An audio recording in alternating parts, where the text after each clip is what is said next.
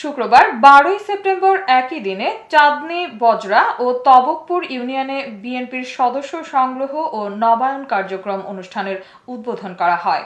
উলিপুর প্রতিনিধি আবু রায়হান আলীর পাঠানো তথ্য ও ভিডিও চিত্রে বিস্তারিত। সাথে আছে আমি রাজিয়া সুলতান। আপনারা দেখছেন I1 টিভি। চাঁদনী বজরায় আকবর আলী সরকারের ও তবকপুর ইউনিয়নে হারুনুর রশিদের সভাপতিত্বে প্রধান অতিথি রংপুর বিভাগীয় সহ সাংগঠনিক সম্পাদক আব্দুল খালেক অনুষ্ঠানের কার্যক্রম উদ্বোধন করেন। অনুষ্ঠানের বিশেষ অতিথি হিসেবে উপস্থিত ছিলেন বজরা ইউনিয়ন বিএনপির সাবেক সদস্য মোহাম্মদ রাশেদুল ইসলাম, উলিপুর উপজেলা বিএনপির সাবেক সাধারণ সম্পাদক দেওয়ান নুরুসেভা স্টার, বীর মুক্তিযোদ্ধা আফতাব উদ্দিন মণ্ডল সহ উপস্থিত ছিলেন কুড়িগ্রাম জেলা কৃষক দলের আহ্বায়ক রিপন রহমান, জেলা কৃষক দলের সিনিয়র যুগ্ম আহ্বায়ক আবু জাফর সোহেল রানা, জেলা স্বেচ্ছাসেবক দলের সাবেক সদস্য জাহিদ হোসেন সহ জেলা উপজেলা স্থানীয় বিএনপির নেতৃবৃন্দগণ।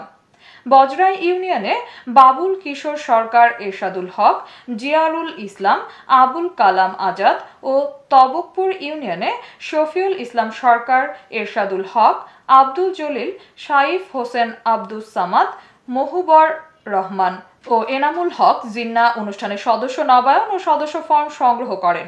অনুষ্ঠানের প্রধান অতিথি আব্দুল খালেক বক্তব্যে বলেন, তার জন্য দরকার একটা সুন্দর ভোট, তার জন্য একটি দরকার নির্বাচিত সরকার, তাই না? বাংলাদেশে দরকার নির্বাচিত সরকার, বাংলাদেশে দরকার বিএনপি সরকার এবং খালেদা জিয়া তারেক রহমানের সরকার। ঠিক আছে, এই দলটি যতবার ক্ষমতা এসেছে জনগণের জন্য কাজ করেছে, এলাকা উন্নয়ন করেছে, সব দেশের কাজ করেছে।